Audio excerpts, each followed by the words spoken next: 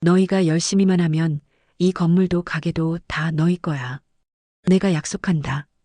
그 한마디를 믿고 청춘을 바친 한 며느리의 이야기 들려드리겠습니다. 이야기가 시작되기 전에 구독과 알림 설정 부탁드립니다. 결혼식이 끝나고 일주일 후 시아버지는 신혼부부를 작은 사무실로 불렀다. 이 감자탕 집이 벌써 20년이 넘었어. 내가 맨손으로 시작해서 여기까지 일궈냈지. 시아버지는 창밖을 내다보며 자랑스럽다는 듯 말을 이었다. 너희가 열심히만 도와주면 이 가게도 이 건물도 나중엔 다 너희 거다. 내가 약속한다. 그 말에 남편의 눈이 반짝였다. 주인공도 가슴 한편이 두근거렸다. 교사 임용시험을 준비하던 중이었지만 건물주라는 단어는 그 어떤 직업보다 확실한 미래처럼 들렸다. 어머니, 아버지, 열심히 하겠습니다. 주인공은 고개를 깊이 숙였다. 시어머니가 다정하게 그녀의 손을 잡았다. 우리 며느리 참 착하네. 고생 좀 하겠지만 다 너희 것 만들어주려고 하는 거니까.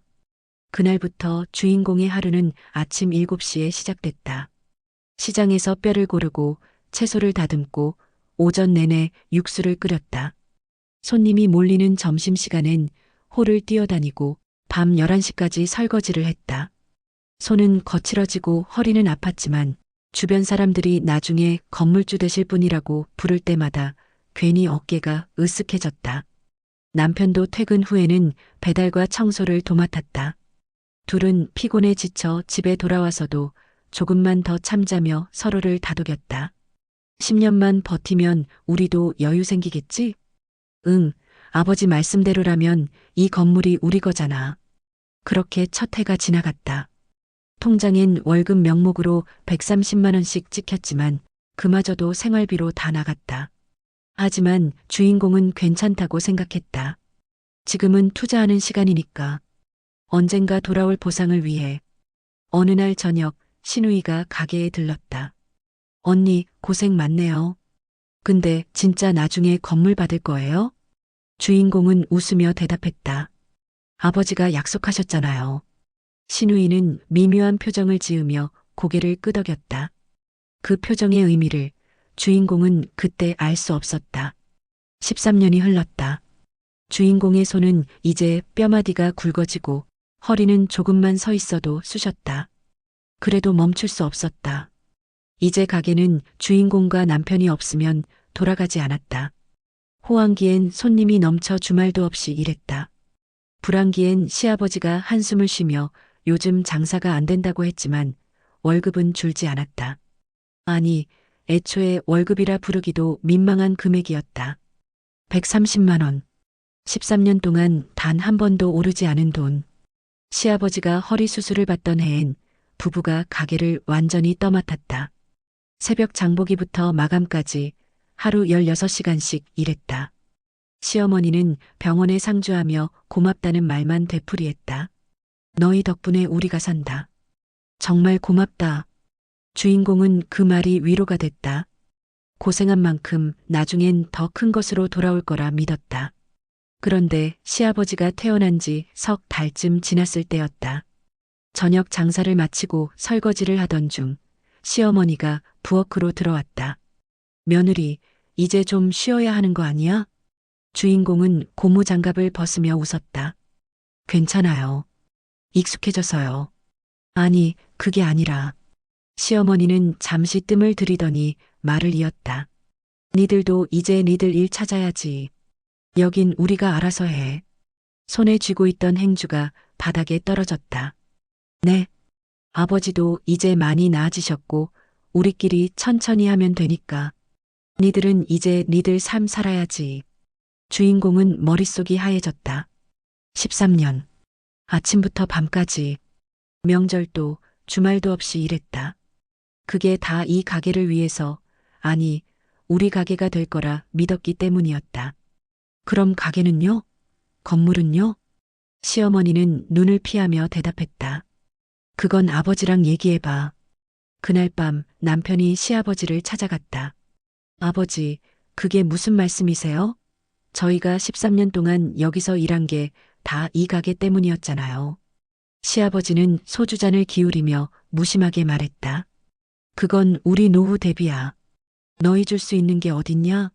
우리도 먹고 살아야지. 하지만 아버지가 약속하셨잖아요. 결혼할 때 건물도 가게도 다 우리 준다고. 그때는 그랬지. 근데 세상이 어떻게 변했는데. 요즘 물가 봐라. 우리도 살기 바빠. 남편은 더 이상 말을 잇지 못했다. 시아버지는 이미 고개를 돌렸다. 13년은 투자가 아니었다. 그저 착취였다.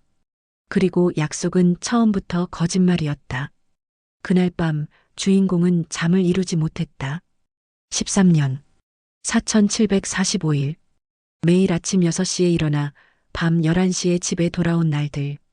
명절에도 아플 때도 아이를 낳고 산후조리도 제대로 못한 채 일터로 돌아갔던 시간들. 그 모든 게 말장난이었다니. 다음 날 아침 주인공은 시댁 식당으로 향했다. 남편이 말렸지만 이대로는 끝낼 수 없었다. 어머니, 아버지, 시아버님은 아침 식사 중이었다. 주인공의 목소리에 시아버지가 눈살을 찌푸렸다. 왜 또 와서 난리야? 저희 아파트 대출금이라도 갚아주셔야 되는 거 아니에요?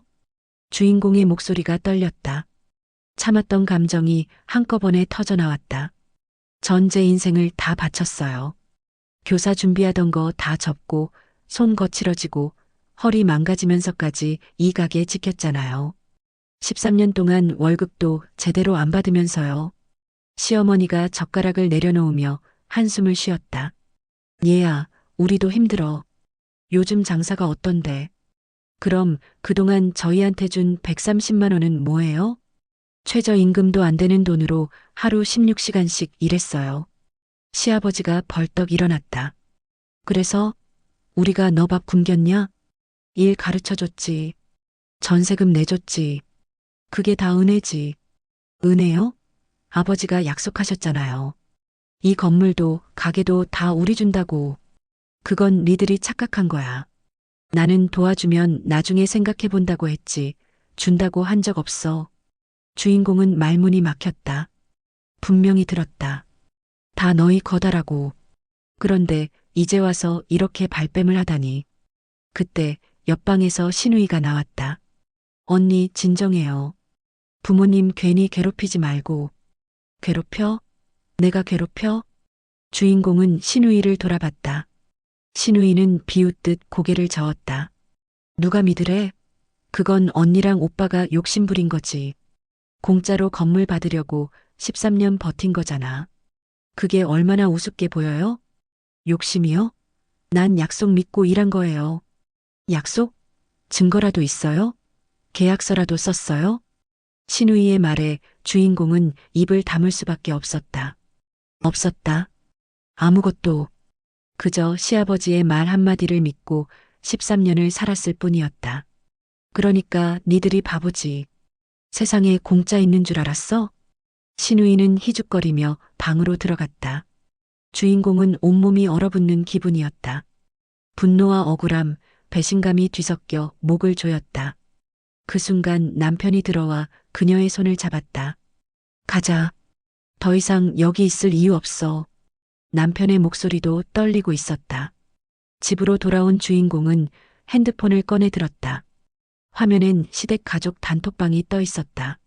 명절 인사, 안부, 가게 공지가 오가던 그 방.